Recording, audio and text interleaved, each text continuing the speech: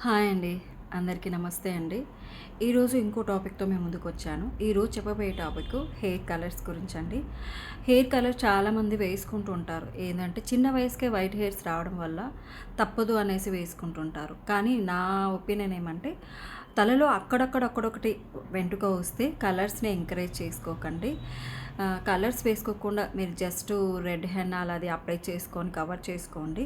But ఎక్కువ వాంటెడ్‌గా colours వేసుకోవడం వల్ల మన హెయిర్ అనేది డ్యామేజ్ అవుతుందండి. చాలా వరకు న్యాచురల్‌గా ఉండడానికే ట్రై చేయండి. హెయిర్ కలర్స్ మాత్రం ఎక్కువ వేసుకోకండి.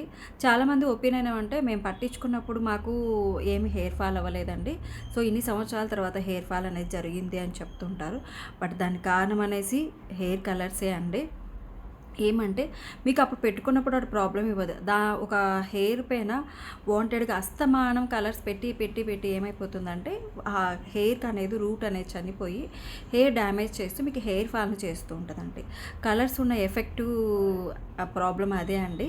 ఎక్కువ పెట్టడం వల్ల ఏమైపోతుంది హెయిర్‌కి డ్యామేజ్ చేస్తుంది. అందుకే హెయిర్ కలర్స్ ఎక్కువ వేసుకోకండి. సో హెయిర్ కలర్స్ వేసుకునే ముందు ఒక చిన్న జాగ్రత్త కూడా పాటించండి. స్కాల్ప్ టచ్ అవ్వకోకుండా అంటే పాపడికి టచ్ అవ్వకోకుండా మీరు హెయిర్ కలర్స్ని అప్లై చేసుకుంటూ ఉండండి. నేను నెక్స్ట్ వీడియోలో హెయిర్ కలర్స్ ప్రాబ్లమేటిక్గా లేకోకుండా ఎలా హెయిర్ రాలడానికి కలర్స్ ఒక రీజన్ అయితే గన సో మన మైండ్ సెట్ మన లైఫ్ స్టైల్లో కూడా అలాంటి ప్రాబ్లమ్స్ వల్ల కూడా హెయిర్ లాస్ అనేది జరుగుతుంటుంది.